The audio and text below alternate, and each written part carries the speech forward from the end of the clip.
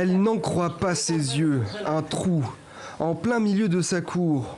La conséquence d'un tir d'obus azerbaïdjanais. La bombe est tombée dans notre cour, a détruit un four à pain, des bâtiments attenants, un chauffe-eau solaire et d'autres équipements. Mais notre moral est bon et nous ne quitterons pas le village. Tout ira bien. Si rien ne semble altérer le moral de Lida, les stigmates des tirs ne s'arrêtent pas là. Il y en a partout dans le village de Chinari, le résultat des combats entre l'Arménie et l'Azerbaïdjan. Les affrontements ont repris il y a une semaine à la frontière au nord du pays. 12 militaires et civils azerbaïdjanais, mais aussi 4 soldats arméniens ont perdu la vie. Les habitants craignent un scénario proche de celui de la guerre du Haut-Karabakh qui a eu lieu entre février 1988 et mai 1994. Et parfois, c'est la crainte qui gagne leur rang. J'ai peur d'être seule à la maison. À cause de cette peur, parfois je ne quitte pas ma maison. La plupart du temps, je reste au sous-sol, car le dernier étage peut être frappé et je crains de monter. D'autres, au contraire, sont prêts à défendre leur terre coûte que coûte si cela s'avérait nécessaire. Nous sommes même prêts à aller en première ligne avec nos soldats pour protéger notre patrie, notre village, notre peuple. Inquiet de la possible résurgence d'un conflit de longue date dans le Caucase, Vladimir Poutine se dit prêt à jouer le rôle de médiateur entre l'Arménie et l'Azerbaïdjan.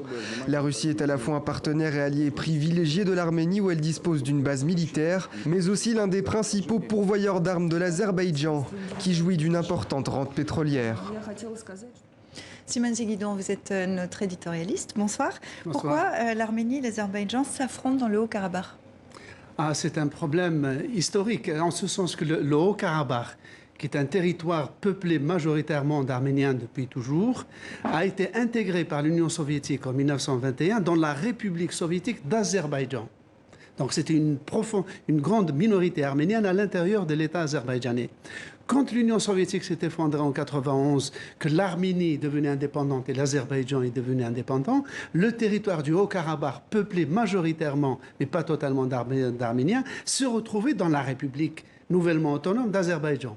Mais la population du Haut-Karabakh, de ce territoire azerbaïdjanais, a lutté pour son indépendance. Elle a proclamé une république du Haut-Karabakh qui n'est reconnue par aucun État au monde, pas même l'Arménie, qui la soutient, mais ne la reconnaît pas comme république autonome. Et c'est un vieux conflit où Russie et Turquie ont des intérêts concurrents, parce que l'intérêt est là aussi. Absolument. La Russie porte à bout de bras l'Arménie, militairement, économiquement. Il y a une diaspora arménienne en Russie qui fait vivre le pays. L'Azerbaïdjan est très, très intimement lié à la Turquie, mais il est économiquement beaucoup plus autonome. Cela dit, Ankara et la Russie sont les co-gestionnaires des deux protagonistes et pourraient calmer le jeu sans régler le problème, parce que le problème est loin d'être réglé. Merci beaucoup, Slimane. Plusieurs milliers de